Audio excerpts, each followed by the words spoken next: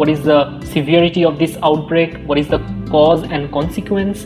Is there any vaccine or treatment? How coronavirus can be detected? So watch this video till the end and make sure you share this video among your friends to grow awareness. So coronavirus enters our body via our respiratory system and primarily infect the lungs. Let's look at the timeline of this outbreak. So the first incident took place in December 30, 2019, where some cases of pneumonia of unknown origin was detected all across China and especially in the town Huang.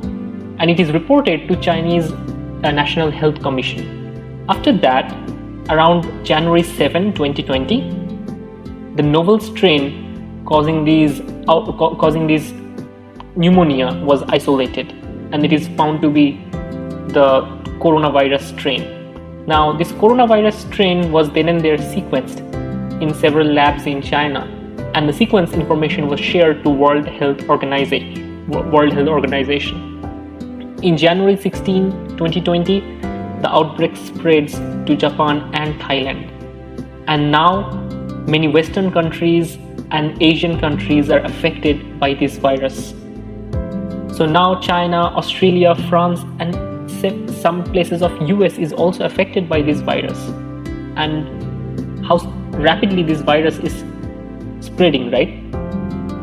Now, from the center of the incidence from Huang, the virus has spread all across the China and its nearby countries such as Japan and Thailand.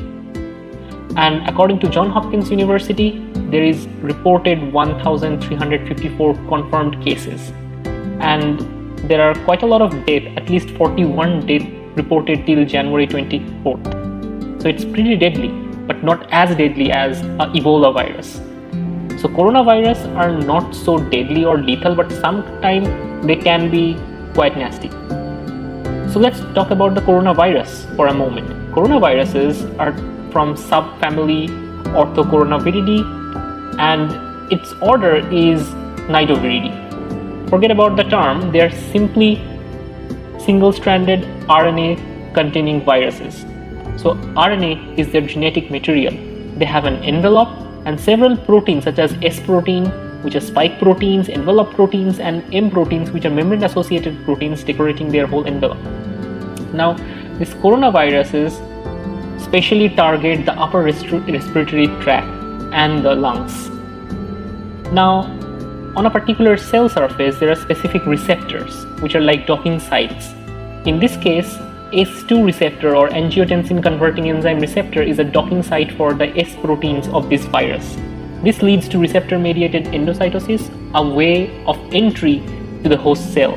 Once inside the host cell, the virus first makes several viral proteins, including capsid and the matrix proteins, and this plus sense RNA is directly taken up by the ribosome and processed for protein synthesis. Now, after that, the virus replicates its own genetic material, makes more of it, and ultimately there are more viral production and assembly taking place inside the host cell, and the virus moves away and ready to infect another cell which is uninfected. Now, the viral genome is now sequenced, so the scientists can get an idea of what kind of unique gene present in those viruses. And that genes can be detected by PCR, and this is one of the diagnostic methods currently used to detect coronaviruses. Now, in PCR, you can amplify specific unique sequences which are unique for these coronaviruses.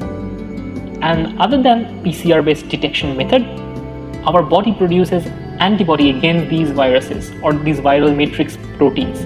These antibodies can in fact be detected by an ELISA assay, where you coat the well with the proteins found in these coronaviruses, followed by you put your serological sample, which is serum collected from the patients, and if there is antibody produced in that patient body, then these antibodies would be attached to the antigen present in the well.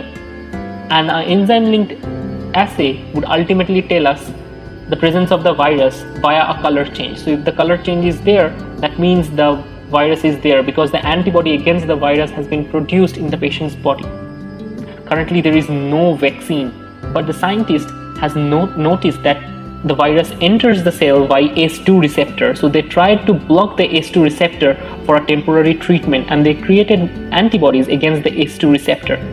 Till now, it is not marketed, but this is one of the promising treatment. If the ACE2 receptor, or the receptor by which the virus gets inside the host cell, is blocked, then the virus cannot get in, and as a result, the infection cannot occur. But what you can do to prevent this kind of outbreak? If you notice somebody who is having an ongoing cough or problem in breathing, immediately you should tell them to go to a doctor. And reporting to the doctor is the most intelligent case in this situation, rather than hiding it. Because imagine if you hide your case and then try to sneeze or cough in the public, then this infection might spread instead of stopping, right?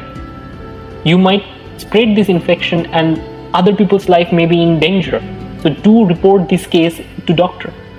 Currently there are no treatments, but going to intensive care in the hospital, there are enhanced chance that you could get recovered from these viruses.